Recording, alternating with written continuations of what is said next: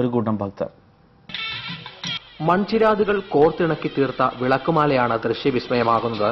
പോരുവഴി മലനട ക്ഷേത്രത്തിലെ പ്രധാന ഉപക്ഷേത്രമായ അപ്പുപ്പൻനടയ്ക്ക് മുൻപിൽ ആൽമരത്തിലാണ് 41 വിളക്കിനോട് അനുബന്ധിച്ച് വിളക്കുമാല തീർത്തത്.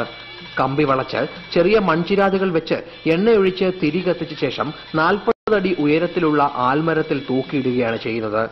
250ഓളം മൺചിരാതുകളാണ് ഒരു മാലയിൽ ഉപയോഗിച്ചിരിക്കുന്നത്. അപ്പൂപ്പന്റെ മുൻപിൽ ഈ വിളക്കുകൾ തെളിക്കാൻ തുടങ്ങിയിട്ട് ഏകദേശം 8-ൽ കൂടുതൽ വർഷങ്ങളായിരിക്കുകയാണ്.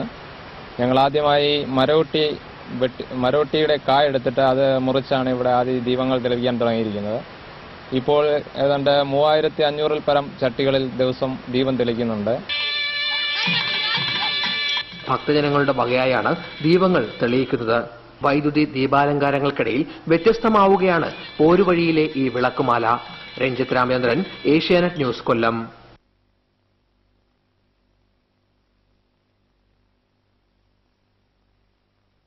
ഏഷ്യാനെറ്റ് ന്യൂസ്